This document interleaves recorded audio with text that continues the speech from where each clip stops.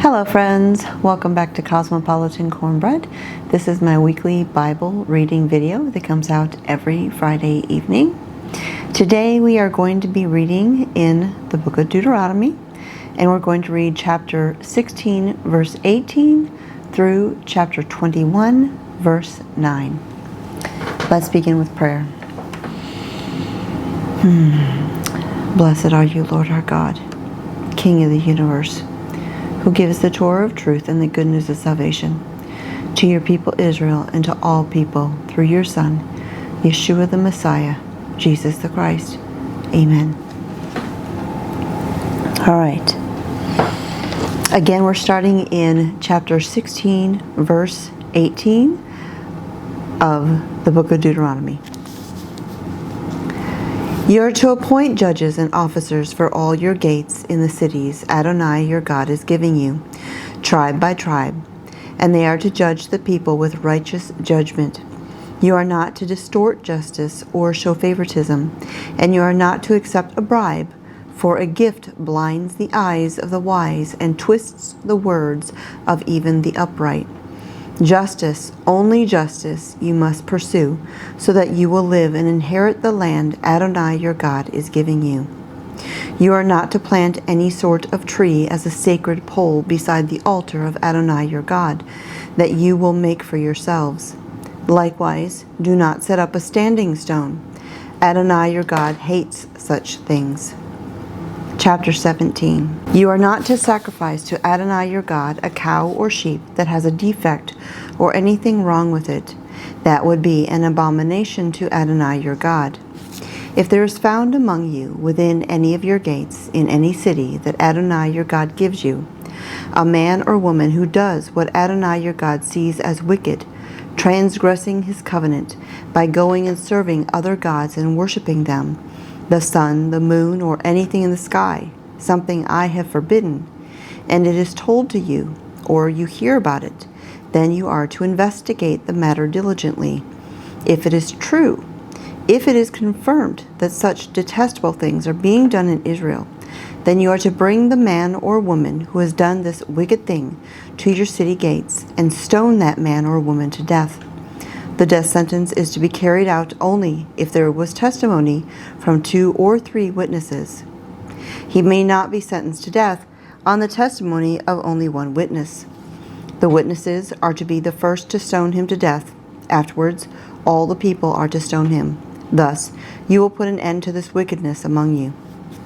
If a case comes before you at your city gate which is too difficult for you to judge, concerning bloodshed, civil suit, personal injury, or any other controversial issue, you are to get up, go to the place which Adonai your God will choose, and appear before the Kohanim, who are Levim, and the judge in office at the time.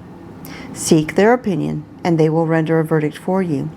You will then act according to what they have told you there in that place which Adonai will choose. You are to take care to act according to all their instructions, in accordance with the Torah they teach you. You are to carry out the judgment they render, not turning aside to the right or to the left from the verdict they declare to you. Anyone presumptuous enough not to pay attention to the Kohen appointed there to serve Adonai your God, or to the judge, that person must die. Thus you will exterminate such wickedness from Israel. All the people will hear about it and be afraid to continue acting presumptuously. When you have entered the land Adonai your God is giving you, have taken possession of it, and are living there, you may say, I want to have a king over me, like all the other nations around me. In that event, you must appoint as king the one whom Adonai your God will choose. Come here, baby. He must be one of your kinsmen. This king you will appoint over you. You are forbidden to appoint a foreigner over you who is not your kinsman. However, he is not to acquire many horses for himself, or have the people return to Egypt to obtain more horses, inasmuch as Adonai told you never to go back that way again. Likewise, he is not to acquire many wives for himself, so that his heart will not turn away, and he is not to acquire excessive quantities of silver or gold. When he has come to occupy the throne of his kingdom, he is to write a copy of this Torah for himself in a scroll, from the one the Kohanim and the Levim use. It is to remain with him, and he is to read in it every day, as long as he lives, so that he will learn to fear Adonai his God, and keep all the words of this Torah, and these laws, and obey them, so that he will not think he is better than his kinsmen, and so he will not turn aside either to the right or to the left from the mitzvah. In this way he will prolong his own reign and that of his children in Israel. Chapter 18. The Kohanim, who are Levim, and indeed the whole tribe of Levi, are not to have a share or an inheritance with Israel. Instead, their support will come from the food offered by fire to Adonai, and from whatever else becomes his. They will have no inheritance with their brothers, because Adonai is their inheritance, as he has said to them. The Kohanim will have the right to receive from the people, from those offering a sacrifice, whether ox or sheep, the shoulder, the jowls, and the stomach. You will also give him the first fruits of your grain, new wine, and olive oil, and the first of the fleece of your sheep. For Adonai your God has chosen him from all your tribes to stand and serve in the name of Adonai, him and his sons forever.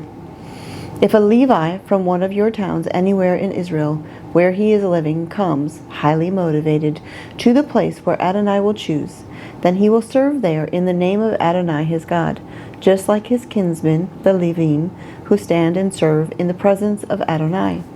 Such a Levi will receive the same share as they do, in addition to what he may receive from selling his inherited ancestral property. When you enter the land Adonai your God is giving you, you are not to learn how to follow the abominable practices of those nations. There must not be found among you anyone who makes his son or daughter pass through the fire, a diviner, a soothsayer, an enchanter, and a sorcerer, a spellcaster, a consulter of ghosts or spirits, or a necromancer. For whoever does these things is detestable to Adonai, and because of these abominations Adonai your God is driving them out ahead of you. You must be wholehearted with Adonai your God. For these nations which you are about to dispossess, listen to soothsayers and diviners, but you, Adonai your God, does not allow you to do this. Adonai will raise up for you a prophet like me from among yourselves, from your own kinsmen. You are to pay attention to him, just as when you were assembled at Horeb and requested Adonai your God. Don't let me hear the voice of Adonai my God any more, or let me see this great fire ever again. If I do, I will die. On that occasion Adonai said to me, they are right in what they are saying. I will raise up for them a prophet like you from among their kinsmen. I will put my words in his mouth, and he will tell them everything I order him.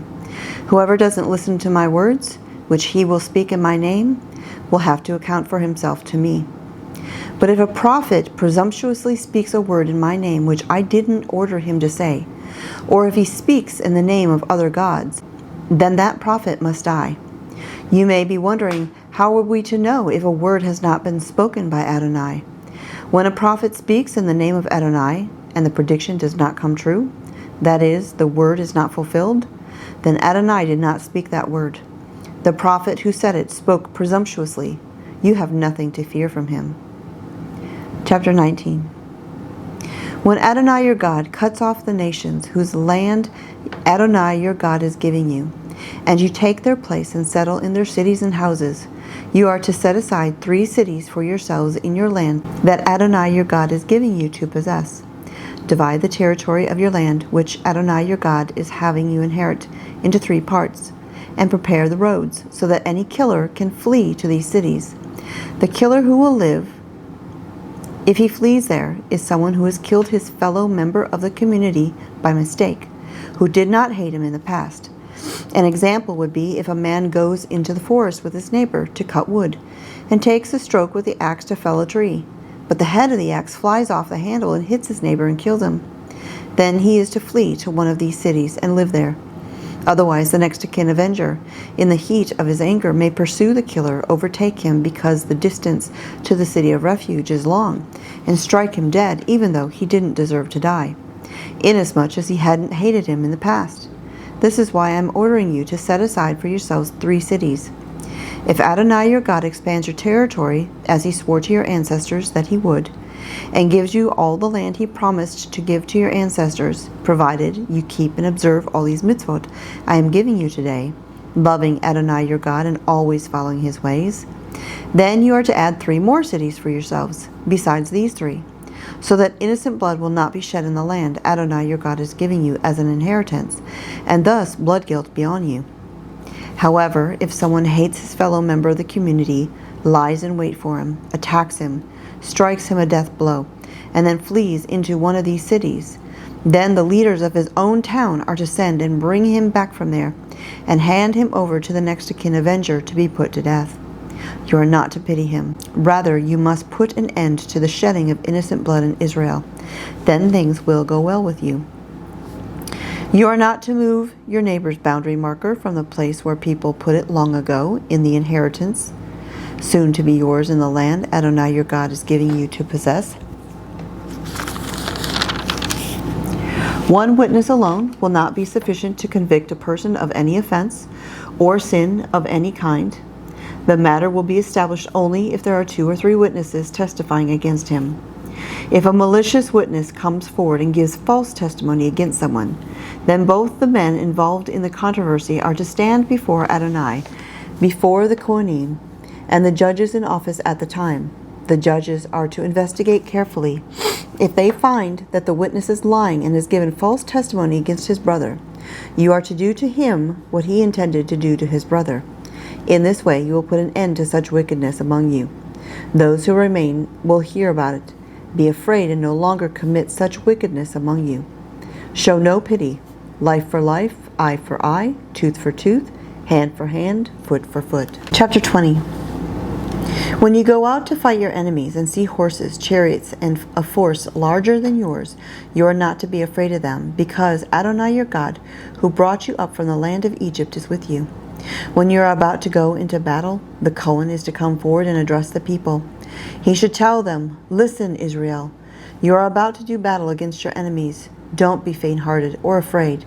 Don't be alarmed or frightened by them, because Adonai your God is going with you to fight on your behalf against your enemies and give you victory." Then the officials will speak to the soldiers. They are to say, "Is there a man here who has built a new house but hasn't dedicated it yet?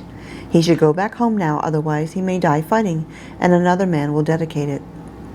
Is there a man here who has planted a vineyard but hasn't yet made use of its fruit? He should go back home, otherwise he may die fighting and another man will use it. Is there a man here who is engaged to a woman but hasn't married her yet?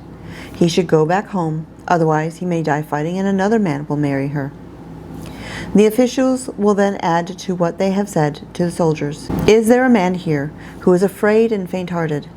He should go back home, otherwise his fear may demoralize his comrades as well."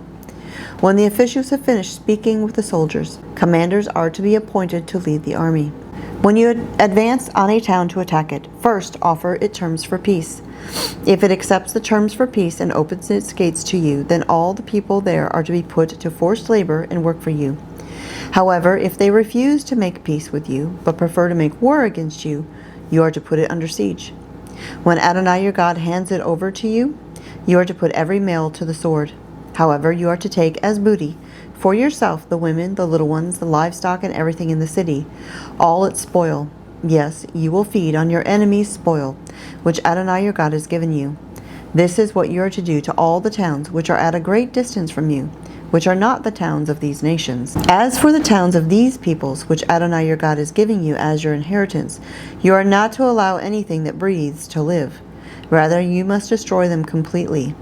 The Hittite, the Amori, the Canaanite, the Perizi, the Hivi, and the Yebusi, as Adonai your God has ordered you, so that they won't teach you to follow their abominable practices, which they do for their gods, thus causing you to sin against Adonai your God.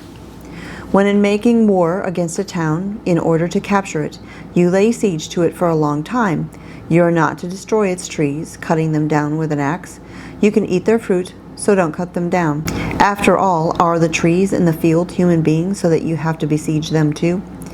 However, if you know that certain trees provide no food, You may destroy them and cut them down, in order to build siege works against the town, making war with you until it falls. And again, in chapter 21, we are just going to read verses 1 through 9. If in the land Adonai your God is giving you to possess, a murder victim is found lying in the countryside, and the perpetrator of the murder is not known, then your leaders and judges are to go out and measure the distance between the murder victim and the surrounding towns. After it has been determined which town is the closest, the leaders of that town are to take a young female cow that has never been put to work or yoked for use as a draft animal. The leaders of that town are to bring the heifer down to a wadi with a stream in it that never dries up, to a place that is neither plowed nor sown, and they are to break the cow's neck there in the wadi. Then the Kohanim, who are Levim, are to approach, for Adonai your God has chosen them to serve him and to pronounce blessings in the name of Adonai. They will decide the outcome of every dispute and matter involving violence. All the leaders of the town nearest the murder victim are to wash their hands over the cow whose neck was broken in the wadi. Then they are to speak up and say, "This blood was not shed by our hands, nor have we seen who did it. Adonai, forgive your people Israel, whom you redeemed. Do not allow innocent blood to be shed among your people Israel, and they will be forgiven this bloodshed. Thus, you will banish the shedding of innocent blood from among you, and by doing what Adonai sees is right." That is the reading for this week. You can join me here every week as we are reading our way through the Bible. May the Father bless you and keep you. May he make his face shine upon you and give you peace. In the name of the Prince of all Peace, Yeshua HaMashiach, God bless, and I'll talk to y'all next time.